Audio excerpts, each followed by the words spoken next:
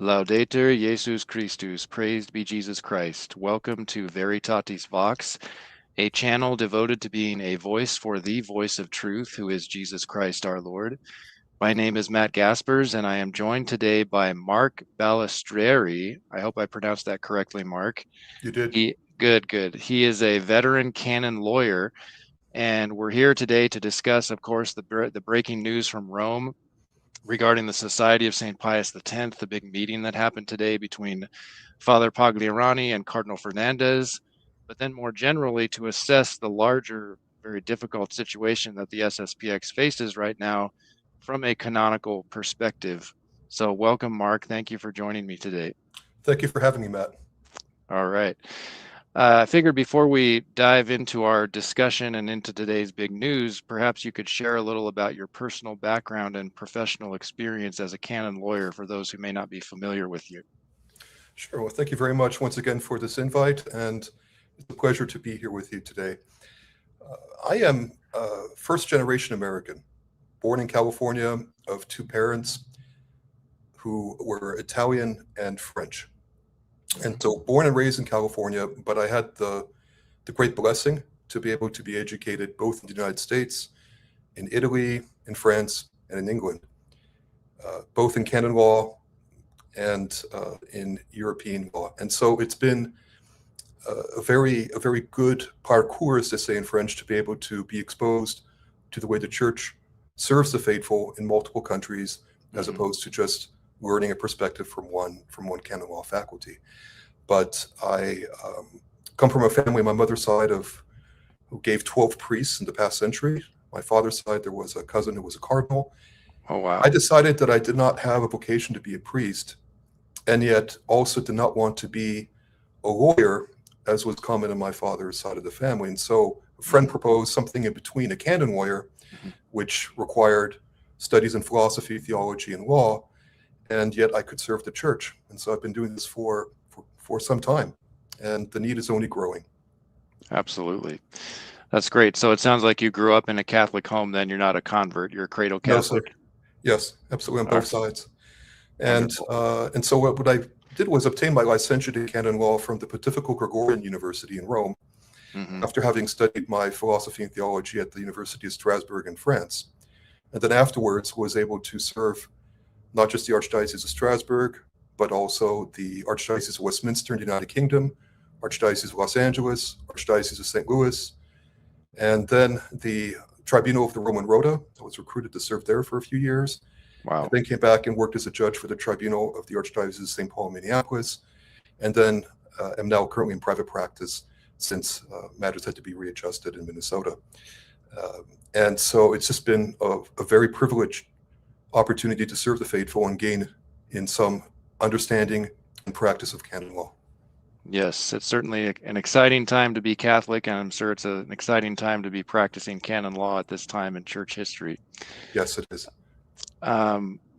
So just to kind of recap, I asked you to do this interview before the big news today, but let's recap, the general news that's been out for around a week, 10 days now.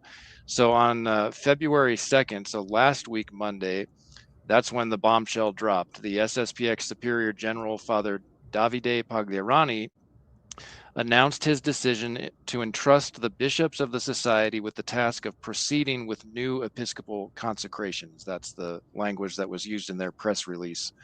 And he made the announcement during his sermon that day, February 2nd, emphasizing how, quote, "We must never forget that the law of laws, the supreme law that takes precedence over all others, is the salvation of souls." And I imagine he might have had in mind the last canon of the current 1983 code, which says the salvation of souls is the supreme law of the church, correct? That's correct. Canon Yes. 1752. Every canonist knows that particular canon. So he went on to say, "This is the law of laws, and we all have a duty, each in our own place, to observe this law and to devote ourselves totally to defending it." So first off, I was just curious about your initial reaction. What were your first thoughts about this huge news when it broke? So it was somewhat out of the blue. I think that many had been waiting to see what was going to happen the moment two bishops with the Society of St. Pius X were left from the original four. and 5. And so it was only a matter of time before the great question, Magna Quaestio, as some would call it, was to be decided. And so it is a bit of a surprise, but at the same time, it's not. I think that the greater surprise is what happened next, perhaps, Matt, the follow-up within a very short period of time. Yes, exactly. So very quickly after that announcement was made, within a couple of days, I believe, the Vatican responded, issuing a press release. I forget the exact wording, but basically that notifying everyone that Father Pagliarani was going to be meeting with Cardinal Fernandez at the Vatican, and Cardinal Fernandez is the prefect of the dicastery for the doctrine of the faith. He's like the doctrinal chief for the Roman Curia. And that meeting happened today. So I'm going to put up on the screen, I have some slides prepared for this. This is a photo that was released by the Vatican today. Of course, that's Cardinal Fernandez with Father Pagliarani. And then a one-page statement was issued after their meeting today. We don't have time to go over the entire text, but I did pull a couple of highlights that I wanted to cover briefly.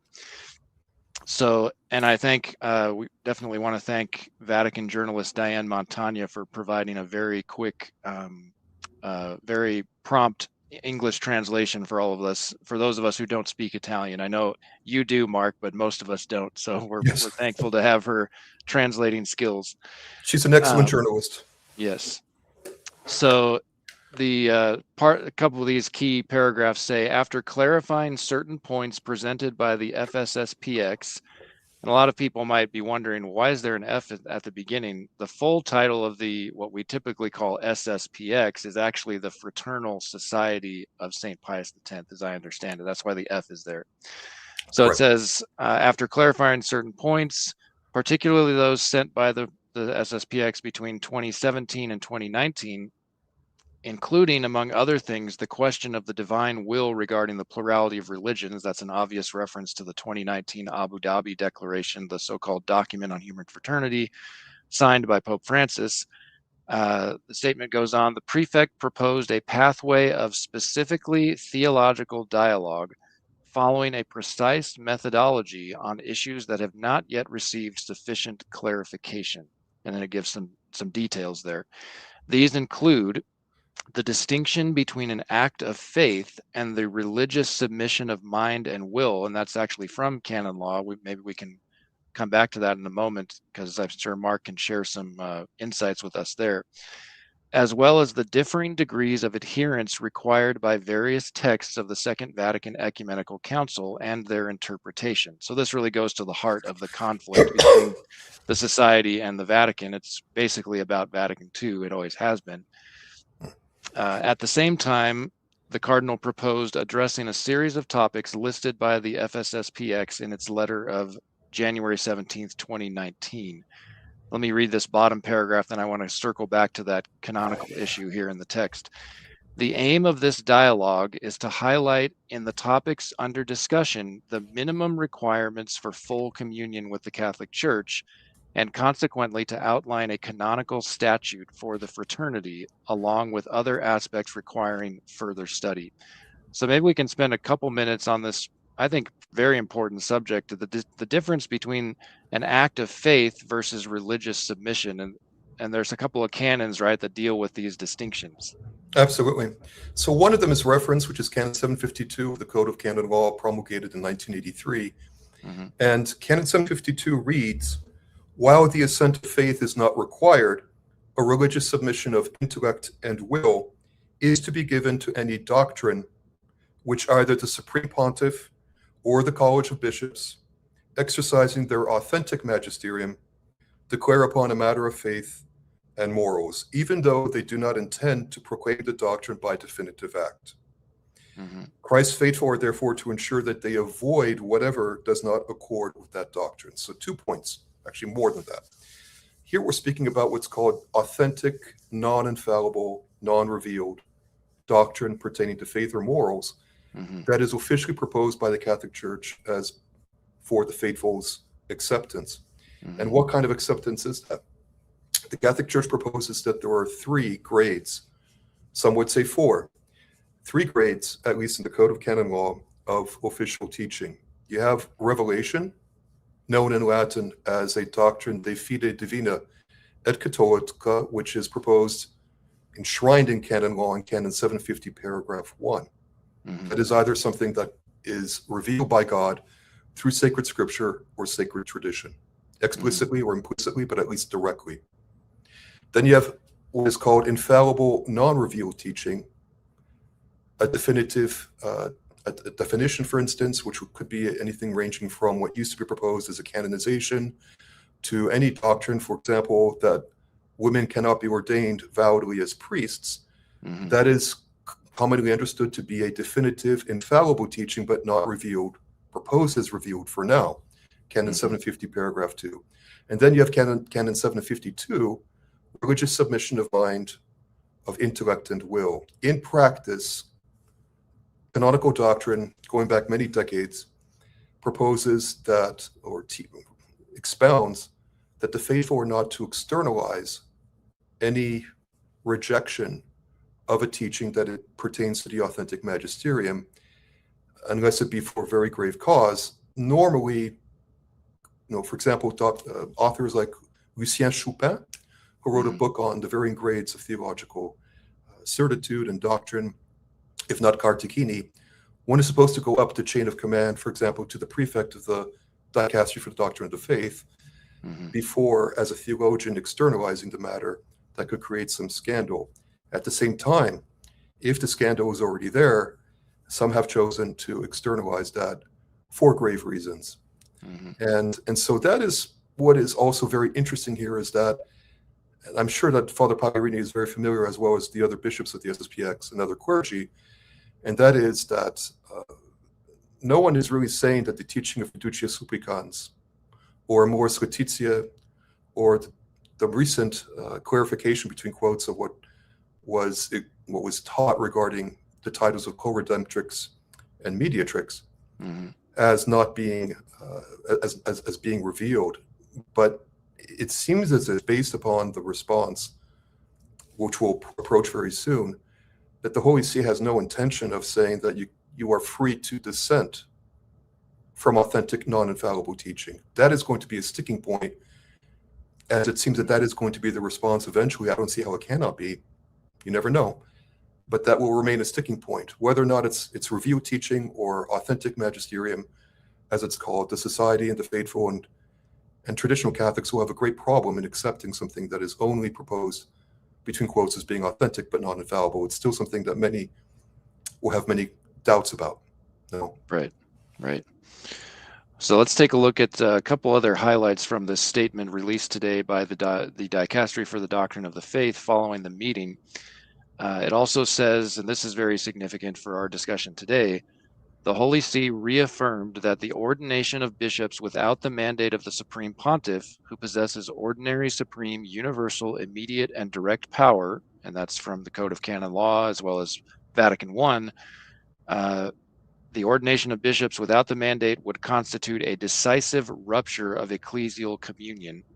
In parentheses, schism was included in the document, with serious consequences for the fraternity as a whole. And I was listening. Dr. Taylor Marshall is currently in Rome right now. He's a friend of mine and leading a pilgrimage. And he mentioned in his live stream today that he found it interesting, as I do, that it says not only serious consequences for the men involved, but for the fraternity as a whole.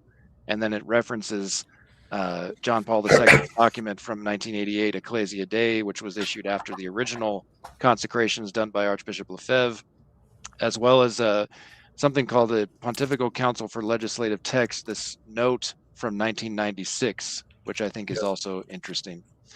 And ultimately it says here, therefore, the possibility of undertaking this dialogue presupposes that the fraternity suspend the announced episcopal ordinations.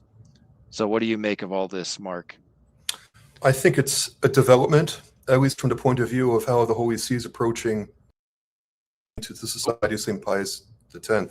Sorry I say that because you have a response, protocol number 55/2005, a French response issued by the Pontifical Commission Ecclesia Dei, dated 5 September 2005, which says that, and this was a question that someone had written in asking if the faithful and the priests of the Society of St. Pius X were excommunicated. Mm-hmm. And the response in French is that regarding the argument, which I'm translating off the cuff, namely that one may assist regularly at the Sunday Mass in the chapel of the Fraternity of St. Pius X, one can only say the following, the faithful who assist at masses of the said fraternity are not excommunicated, Mm-hmm. as well are not those priests who celebrate, who are, on the other hand, suspended. That would be from ordination. That is why it is difficult to explain this exclusion for the only motive. And then it goes on. So this seems to be a development to say that the whole fraternity, right now, no priests of the Society of St. Pius X are ipso facto deemed by the Holy See to be excommunicated. To say that the entire fraternity will be seems to be a development. It could simply be a warning, a canonical admonition of sorts, broadly speaking, but it would seem to be a development. Mm-hmm. All right, well, let's take a quick look at the press release issued by the Society. So we kind of heard the Vatican's point of view. Now let's take a look at the Society's point of view of Father Pagliarani and how the meeting went. So, and again, just the links to all of these documents are included in the description to today's video. If anybody's curious and wants to see the originals for themselves, just go to the description of today's video. All the links are there. So, here is the communique, and this one is in English. So I just pulled a few quotes here. The conversation held one-on-one at the Cardinal's request lasted an hour and a half and took place in an atmosphere that was both cordial and frank. It enabled Father Pagliarani to listen attentively to the prefect and to clarify the scope of the February 2nd announcement, as well as the meaning of the steps taken with the Holy See over the recent months. The Superior General was thus able to present in person the current situation of the Society of St. Pius X and its duty in the spiritual necessity in which souls find themselves to ensure the continuation of the ministry of its bishops.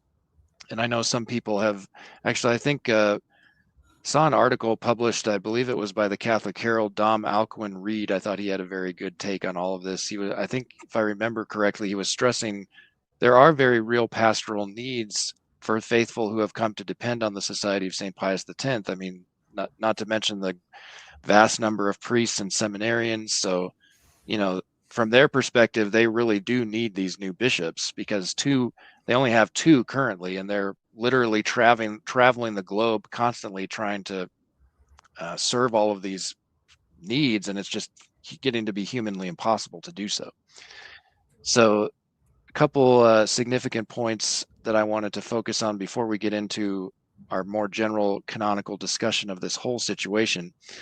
This SSPX communique says, for his part, Cardinal Fernandez offered a different approach to the question, and then it goes on to quote from the press release we just saw, talking about, a specifically theological path of dialogue, minimum necessary for full communion, et cetera, et cetera. These exchanges, the communique goes on, would seek in particular to reach agreement on, quote, the different degrees of adherence required by the various texts of the Second Vatican Ecumenical Council and their interpretation. Speaking about, I just want to mention something that came to mind in reference to the difference between the act of faith, which really has God as its immediate object because it's divinely revealed, whereas with the other lesser degrees of truth being dealt with, they're not formally revealed. So it's not divine faith and it's not Catholic faith per se, but it's more of like a deference to the magisterium as the divinely instituted custodian and teacher of the faith. People are probably familiar with this. First of all, when John the 23rd opened the Second Vatican Council, he made it pretty clear that his intention for the council was to be, quote unquote, primarily pastoral.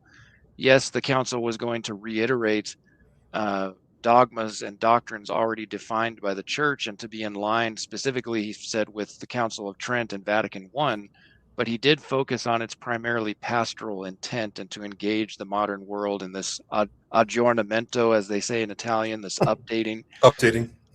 And then even more significantly, after the council, I believe it was early January of 1966, so maybe like a month after the council had closed, Paul VI reiterated that and essentially said, let me see if I can pull the quote up real quick because I want to get the wording right here. He said, okay. So he said the council, quote, avoided giving solemn dogmatic definitions engaging the infallibility of the ecclesiastical magisterium. So that statement of his, now, of course, he did go on to say that the Vatican II was the authentic magisterium and people need to be submissive to it for that reason. But he is clearly distinguishing, like, not everything the council said is infallible. And I think that's an important point. I would hope that that'll be part of these discussions. And, where it talks about reaching agreement on the different degrees of adherence required by the various texts of Vatican II. Obviously, where Vatican II is simply reiterating defined Catholic doctrine or dogma, yes, of course, we have to accept that. But there are also novelties in the text that, the society, in my opinion, has valid reasons for being concerned about. So that's kind of my rant on that. We'll go on from Sure. there. Now, this is very significant, I think. This SSPX communique says the cardinal stated orally, this isn't in their press release, but he said orally that while it would be possible to engage in dialogue about the council, its texts could not be corrected. And I find that very interesting, especially in light of something that Bishop Athanasius Schneider, a wonderful man, personally, I think he's a living saint. He has said very famously, let me read this here. This is from a text he published through the Remnant in June of 2020. He said, ultimately, the papal magisterium has to clarify in a convincing manner the controversial points of some of the expressions in the council texts. Until now, this has not always been done in an intellectually honest and convincing way. Were it necessary, a pope or future ecumenical council would have to add explanations or even amendments and corrections of those controversial expressions, since they were not presented by the council as an infallible and definitive teaching. I mean, that seems reasonable to me. I don't know what your take is on that, Mark. Well, I'd say that Cardinal Fernandez might disagree with the term correction that you just referenced. Yeah. Clarification, amendment, explanatory notes, that is on the table, it would seem, for negotiation, even though it shouldn't be. This is about the deposit of faith, about the true authentic magisterium of faith and morals that governs the life of the church. And it's not exactly the best situation. It's been going on for quite a many decades. And this leads to the ultimate question about the proposal of the Holy See.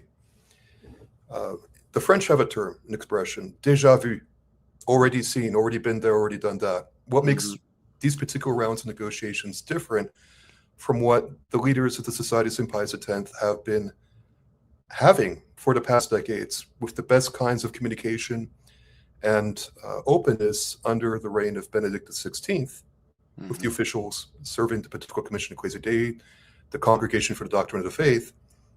Why all of a sudden has this proposal come out now, right after the announcement of the intention of the Society bishops to consecrate new bishops? Why could this not have been proposed before? What prompted this sudden public announcement on the part of the Dicastery for the Doctrine of the Faith, Cardinal Fernandez, of these terms? And that is an open question. I don't quite understand, but we don't know everything that went on in that room or in those corridors at the same time. Right. Yeah, I mean, there's a lot of parallels, in my opinion, to what happened in 1988, where, Archbishop Lefebvre, I forget when exactly he announced the consecrations initially. I forget if it was towards the end of 1987 or if it was in 1988 itself. I can't recall off the top of my head. But it was his announcement that really, snapped the Vatican into action. And it seems like the same thing is happening now. I don't know what your assessment is on that point.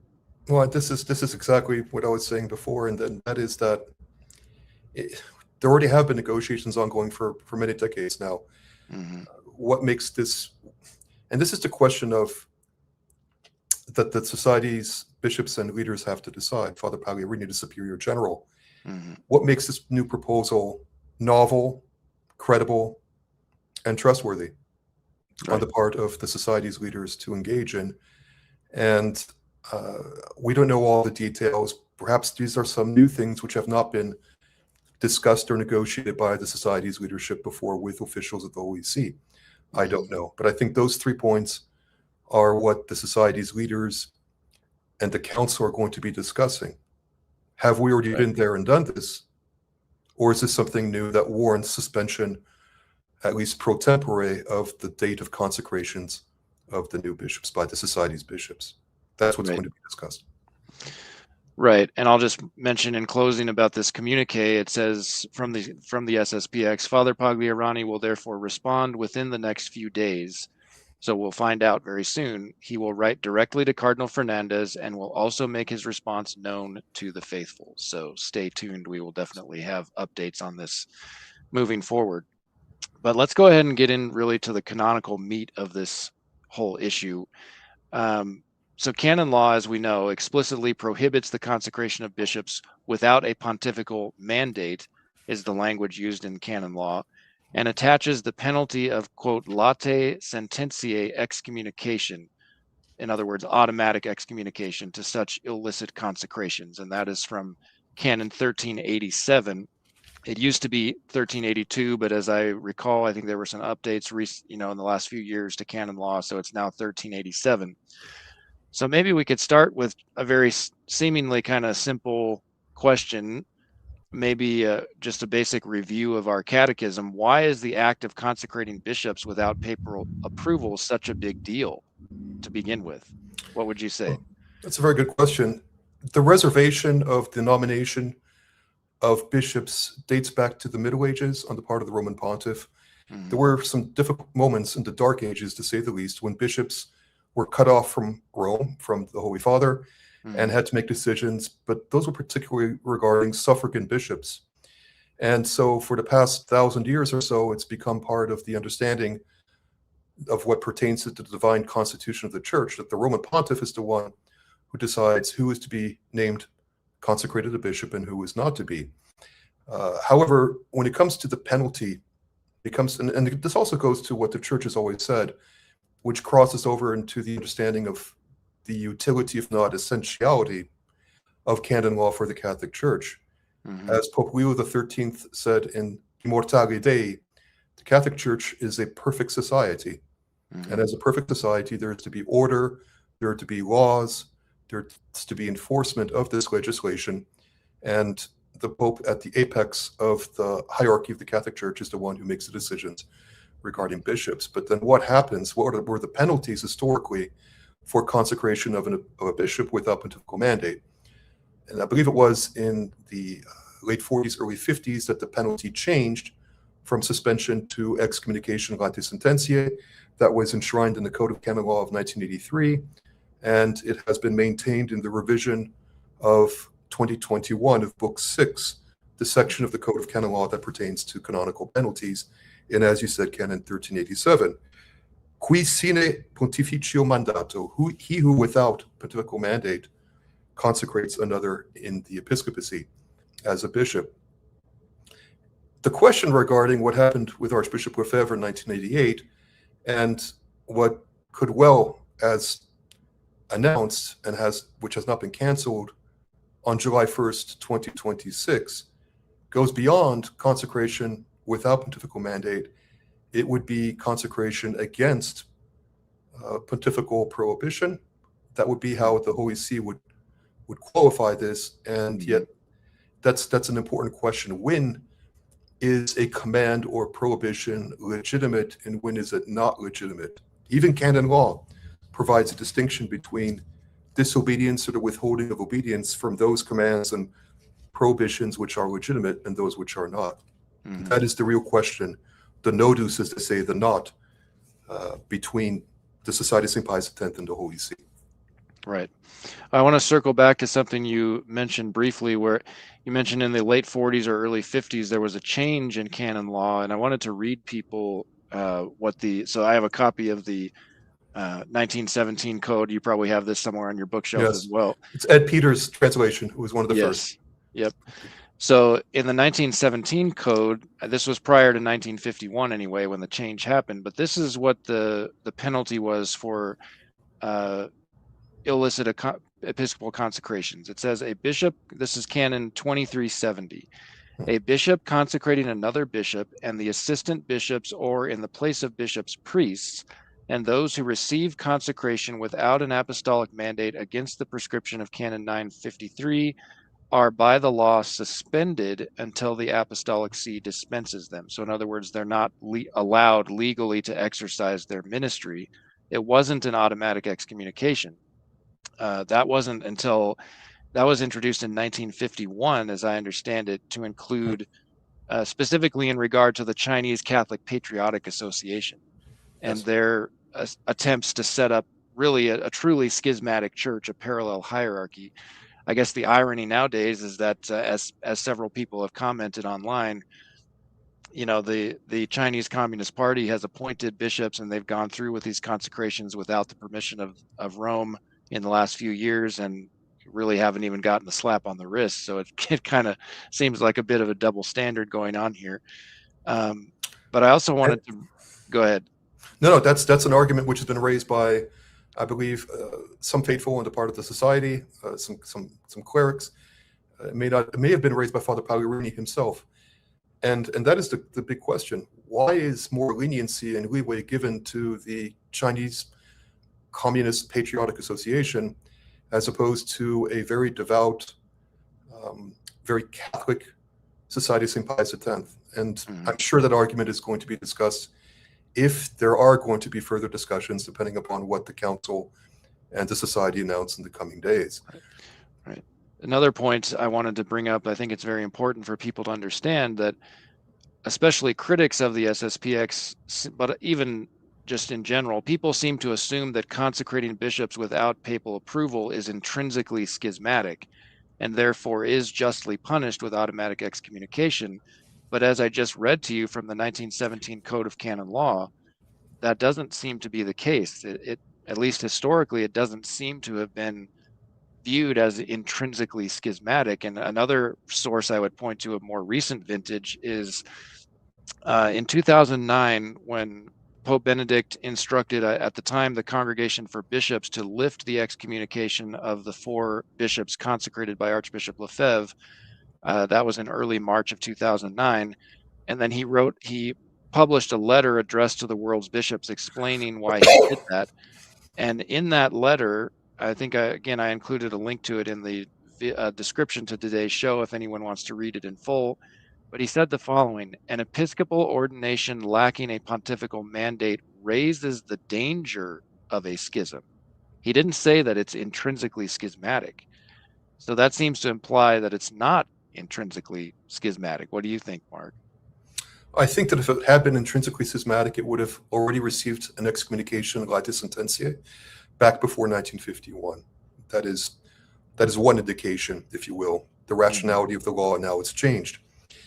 But for me, and I think most canonists, up until these more recent developments, you have Canon 1382 back in before 2021, and the current Canon 1387 of the Code of Canon Law of Reform Book 6. 1387, prohibition of consecration of bishops without pontifical mandate, falls under Title I, offenses against the faith and the unity of, schism falls under Title I, offenses against the faith and the unity of the church, particularly against the virtue of charity. That is schism, heresy and apostasy against the virtue of faith. On the other hand, consecration of bishops without pontifical mandate falls under Title III of Book 6 of the Code of Canon Law, offenses against the sacraments.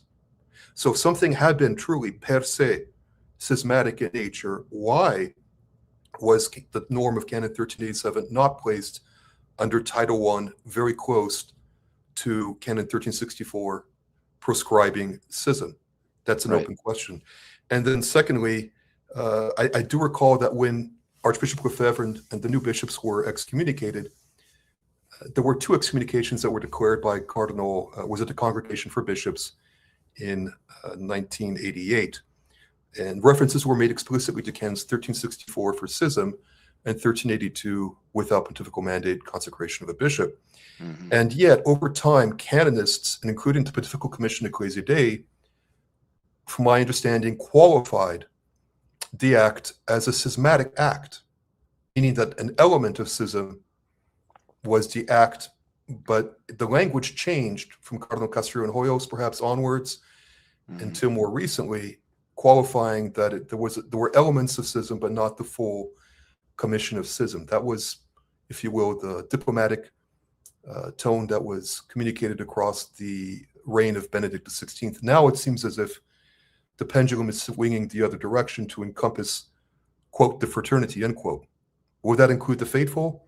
It's not mentioned, but we shall see what happens. Yeah, I think that's a major concern, I'm sure, for a lot of people. Let me pull that slide up again so people can see what we're referring to here. So this is from the statement released today by the Vatican. The ordination of bishops without the mandate of the Supreme Pontiff would constitute a decisive rupture of ecclesial communion, schism, with serious consequences for the fraternity as a whole. What does that mean?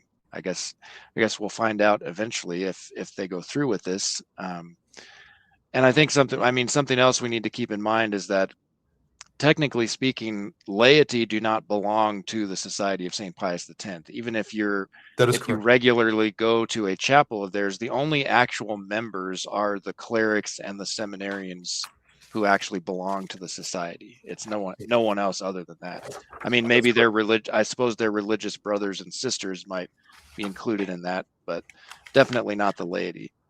But yeah, I mean, it would be bad enough if the excommunications were to extend to all the members, because that would be that would be really unprecedented. That's not even foreseen in the current canon law. Canon 1387 doesn't.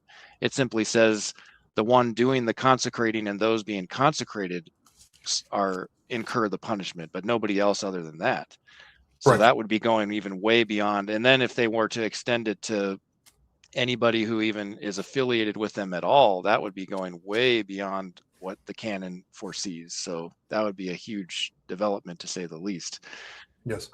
Let's circle back for a minute to you mentioned earlier a distinction, I think, which is crucial for this case.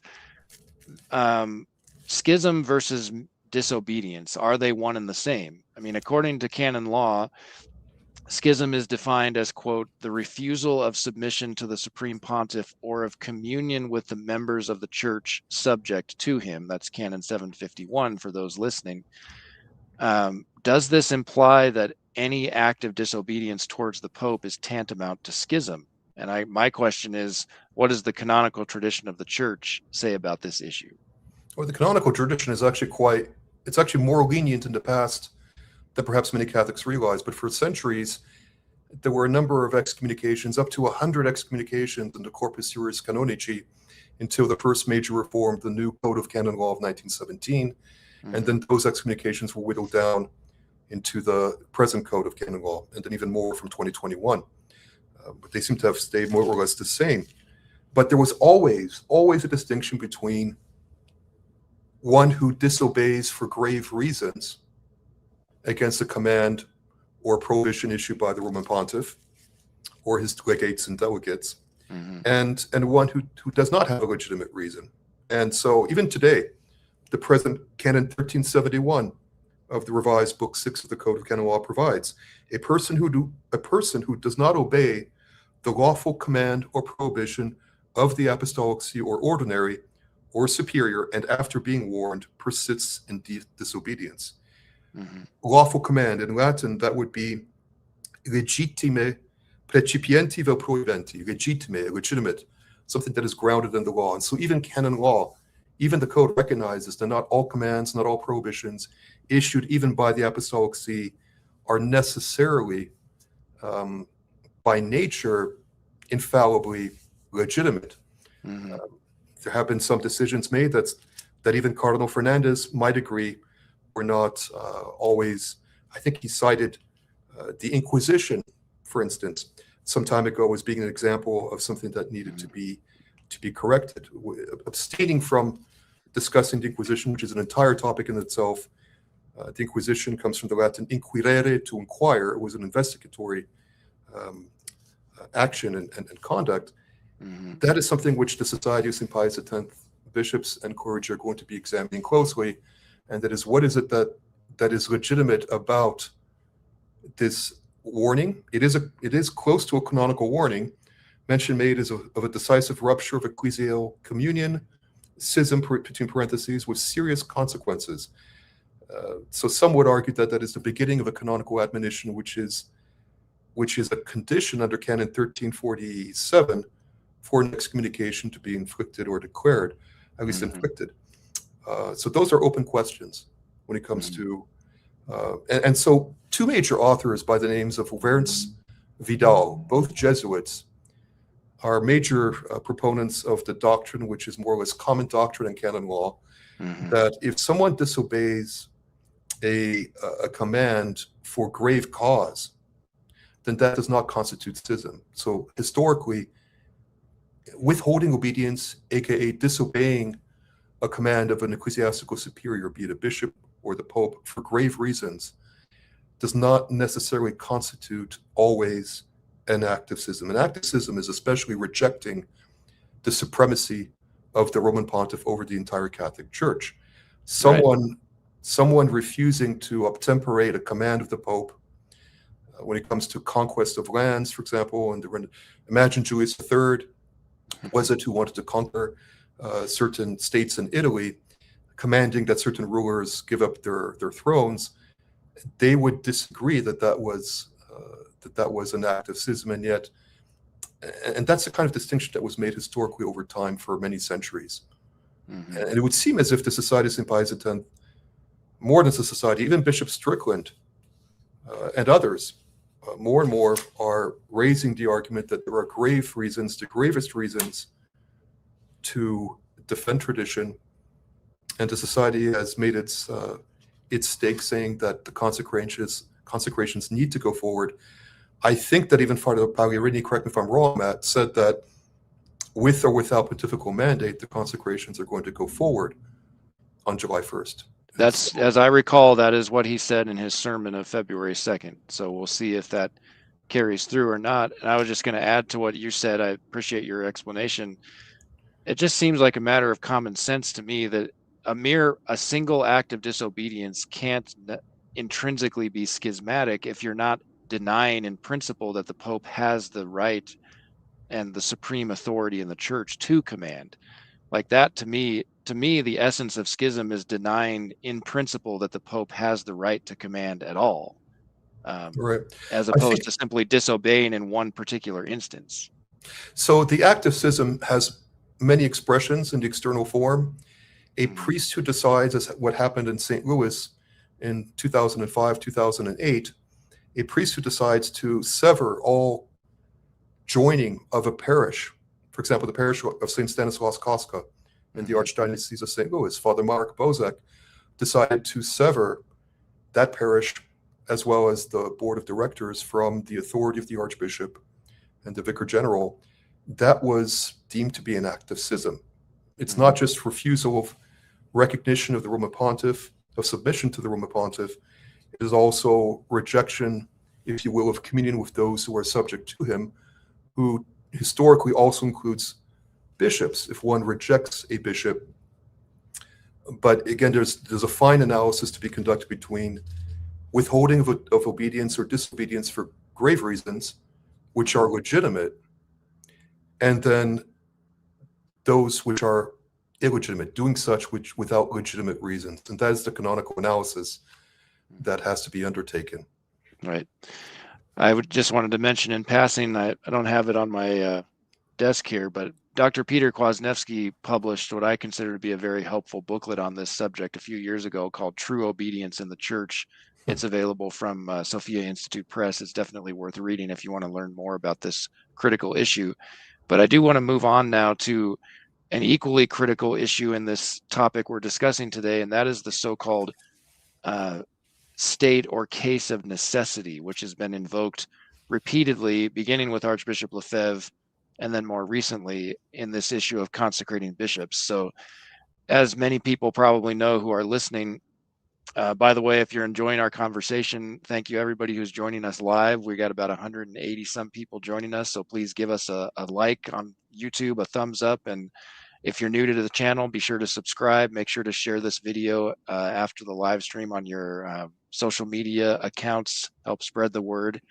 Would really appreciate that. And if you have any questions, please do put them in the chat. And also, if you're feeling particularly generous, maybe you could give a super chat. That always helps. Or maybe a super thanks after the show. All right. So as I was saying, when Archbishop Lefebvre consecrated 4 bishops without papal approval in 1988, he appealed to what he called, quote, a state of necessity as justification for his actions. That was in his sermon for the day. And Father Pagliarani has done the same, asserting in his recent sermon that a, quote, state of necessity persists in the church. And then most recently on this past Sunday, February 8th, Bishop Bernard Fillet, one of the 4 men consecrated by Archbishop Lefebvre, said something very similar. And I have that clip prepared. I'm going to play it, and then we can discuss more after we hear what he had to say. This matter is indeed very serious. There is no doubt about it. And such an act can only be justified by a proportionate situation. It is not out of pleasure or wishful thinking that we proceed to consecrate bishops, even if Rome would say no. This act cannot be understood or justified if we do not understand that there is a major problem within the Catholic Church. This major problem, we call it crisis. There is a crisis in the Church. We use other words which qualify the same when we speak of state of emergency or state of necessity. All right. So I think that's a good kind of summary of the society's position on why they feel they are justified in doing this. But I'm I'm interested in knowing what canon law says on this topic. What is the definition of necessity, canonically speaking? Can you give us some insight into that, Mark? So perhaps we should first go to where canon law actually references necessity explicitly in the Code of Canon Law, and then attempt to understand what the meaning of that term is. Mm-hmm. So Canon 1323 of the Code of Canon Law says, quote, no one is liable to a penalty, which in this case would be excommunication, when violating a law or precept, and one of the sections underneath is section 4, who acted under the compulsion of grave fear, even if only relative as opposed to absolute, or by reason of necessity or grave inconvenience, unless, however, the act is intrinsically evil or tends to be harmful to souls. And that's what you call an exculpating ground or factor that eliminates liability and subjective responsibility for incurring excommunications. Canon 1324, section 8, provides something very similar, although under a different analysis. No one is liable, or should I say, the perpetrator of a violation is not exempted from a penalty, but the penalty prescribed in the law or precept must be diminished if the offense was committed by, section 8, one who erroneously, but culpably, meaning with some negligence, thought that some one of the circumstances existed which are mentioned in Canon 1323, numbers 4 or 5.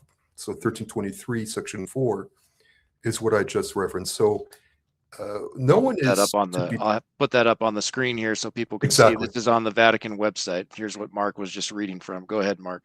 So necessity is not grave fear.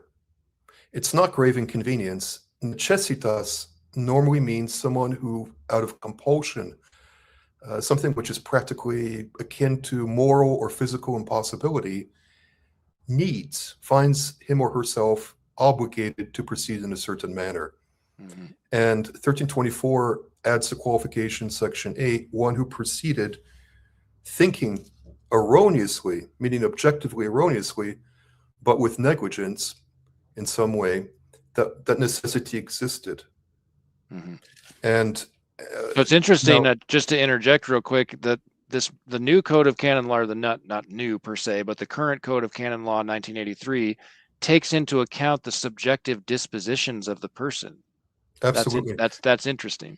Absolutely. Well, the Catholic Church is, again, it's the Catholic Church's canonical system is said to be, or meant to be, speculum justitiae, a mirror of justice, of how law and obligations and rights are to be administered and recognized. And so part of that, for any canonical crime, there are three essential elements. The legal element, which is that the crime, the delict, is proscribed by legislation, in this case of the Roman Pontiff, since he promulgated the Code of Canon Law. Then you have the objective element, which is the objective material violation of the code, either by action or omission. And then you have what's called, and this will be known as the actus reus in the civil law form. And then you have the subjective element. Imputability is another way of phrasing it, when someone must have mens rea, as it's known in the civil form, all the subjective attributes necessary for a delict to be imputable, attributable to a subject who is bound not to commit the delict that is proscribed.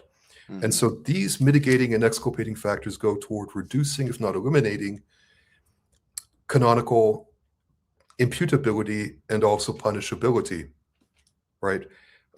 If the bishops objectively are correct that a state of necessity, a state of emergency, exists for the consecration of bishops without pontifical mandate, if they are correct, then they cannot and are not afflicted with latae sententiae excommunication. If they erroneously but negligently thought that a circumstance of necessity existed were they to go through with those consecrations, likewise, normally they would not be subject to latae sententiae excommunication. Which also leads me to wonder why, I think there has been an opinion published recently by someone saying that there does not appear to be any, the motives supporting consecration of bishops without pontifical mandate does not appear to have any relevance to this discussion. I would beg to differ. I am currently defending, either directly or by consultation, 5 priests who are being prosecuted for schism according to Canon 1364. And all of these men, all of them, to me, appear to be acting in good faith, by an act of necessity, if not in culpable error. It's very difficult to see these good souls risk everything, even dismissal from the clerical state, to defend their positions and to proceed as they are. You saw the angst in the voice of Bishop Fillet as he was explaining the state of necessity, the state of emergency. You could tell that this is not something which is being done because he wants a greater pulpit. This is a voice of angst on the part of the bishops. And that is something which I pray that the Holy See's officials can recognize and work towards resolving. This has been going on for so many decades, as has the grave state of the situation of the church, which in many respects is only getting worse day by day.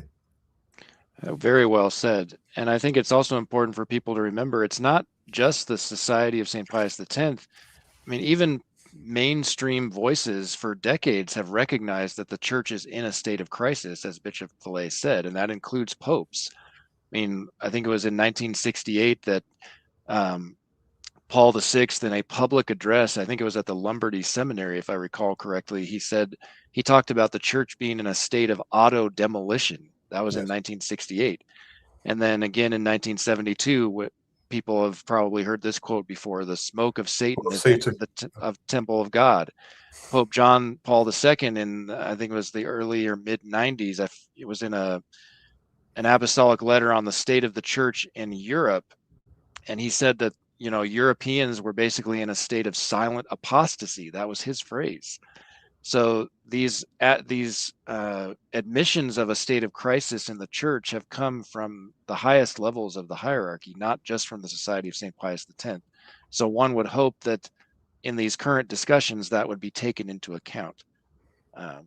So we will see what happens, I suppose. And I'm glad you brought up, I'm glad you discussed the significance of the, subjective disposition of the person. That definitely plays into whether or not the penalty is incurred or not. A friend of mine is in the live chat and had a question. I'm going to put his question on the screen for us. So it says, for Mark, is there a principle for interpretation of canon law that indulgence in law is interpreted liberally and restrictions are narrowly interpreted? So there's something akin to that. The maxim, which is a principle in canon law, favoris sunt ampliandi et odiosa sunt restringenda. That which is favorable is to be interpreted broadly, and that which is odious or a penalty is to be interpreted restrictively in the strict sense, not the broad sense. So that's a criterion for interpretation of what the scope and meaning of a norm of a law is. And that's very apropos because that's a guiding principle. I believe it's canon 18 of the Code of Canon Law of the General Norms.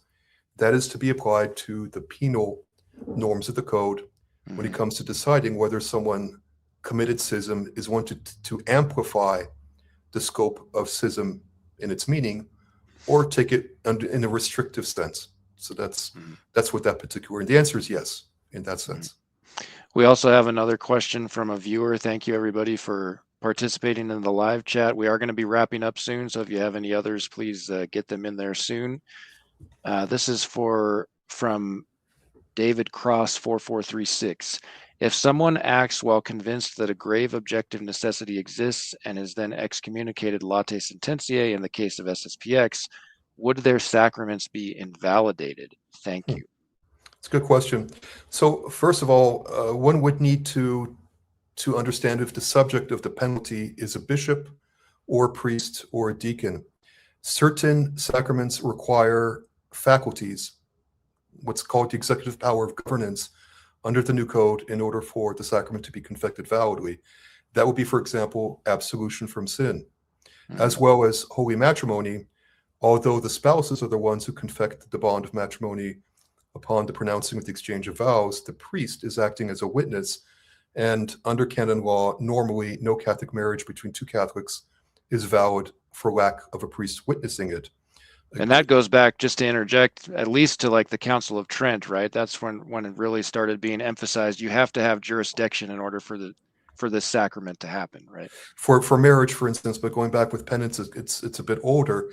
But that is the essential question. So, for example, if a bishop confirms, that would be valid, even though theoretically it would be in certain circumstances, depending on the circumstances, illicit. And then that would be, of course, in a circumstance where the law of the church does not supply for those faculties that are missing, either under, for example, if there is no common error of law or doubt of law, no doubt of law or fact, or common error of law or fact, canon 144, that is operative.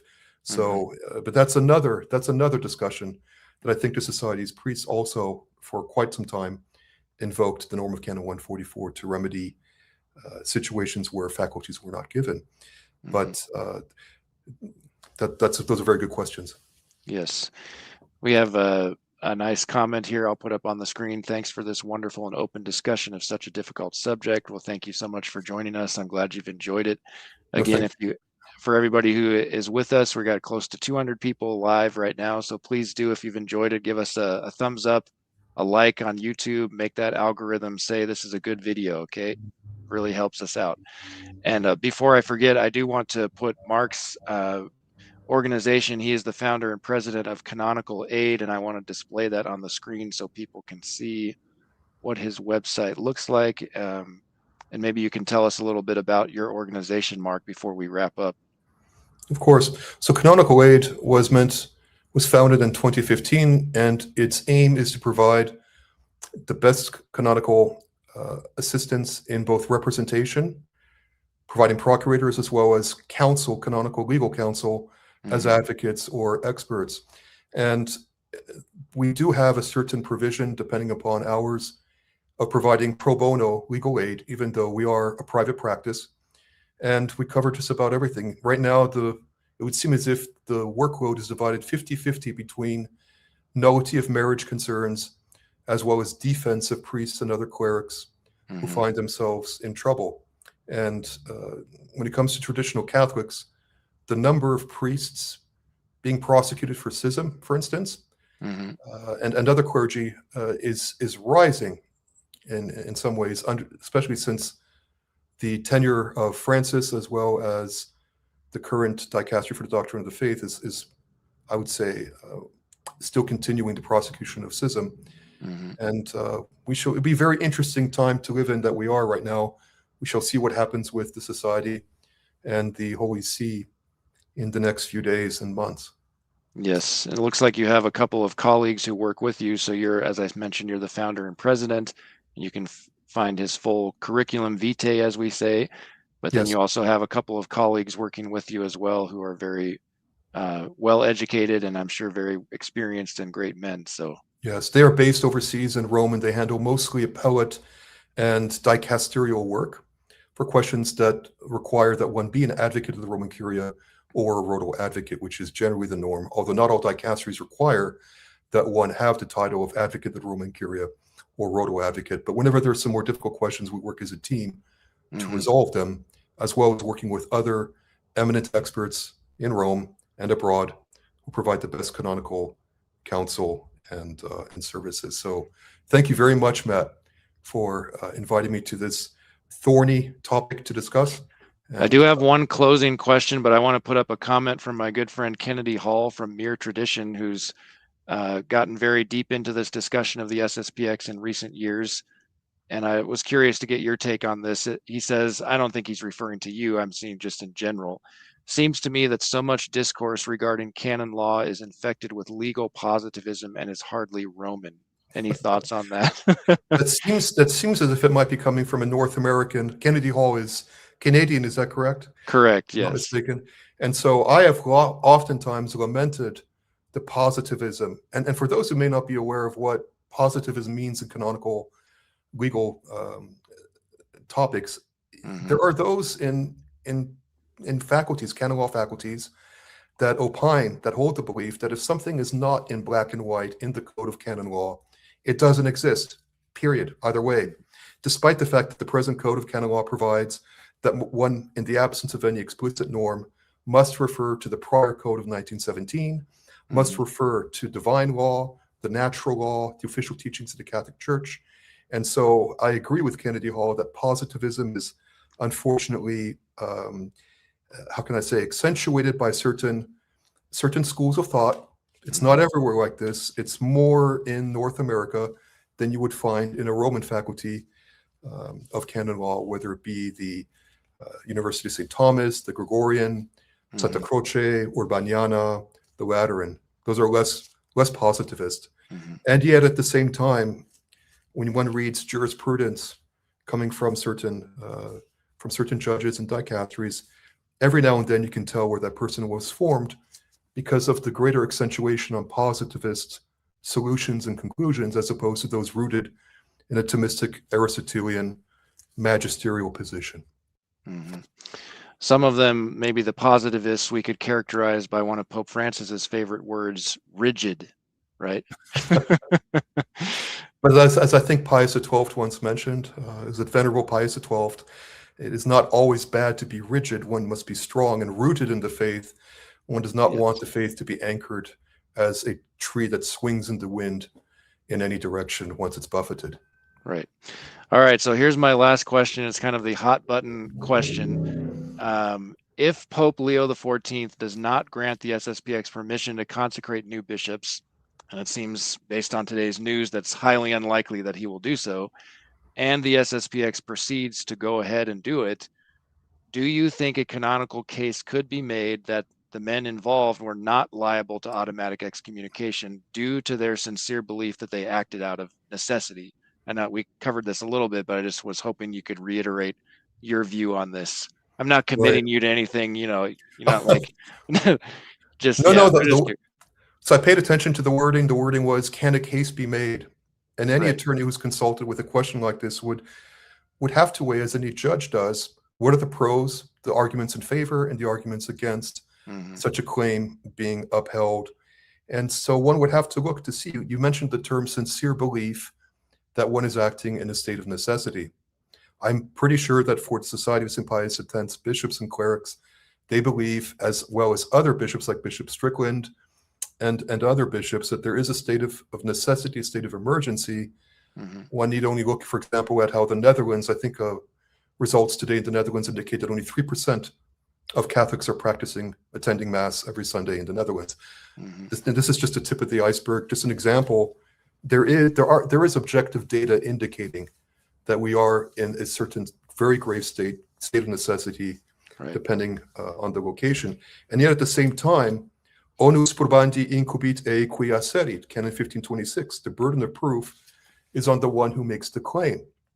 And so in any legal defense of a priest or a bishop accused of schism, the burden is on him and on the advocate to demonstrate, citing examples, citing the law, citing the faith, forming conclusions that demonstrate beyond a reasonable doubt that one is not acting against the norm of law, that there is a grave state of necessity, and that there was, if you will, no other choice. It was a state of grave moral impossibility or physical impossibility, in this case, particularly moral impossibility, that led these bishops to consecrate without pontifical mandate. And that is the case that can be made. It is a case, however, that has to be made by the society.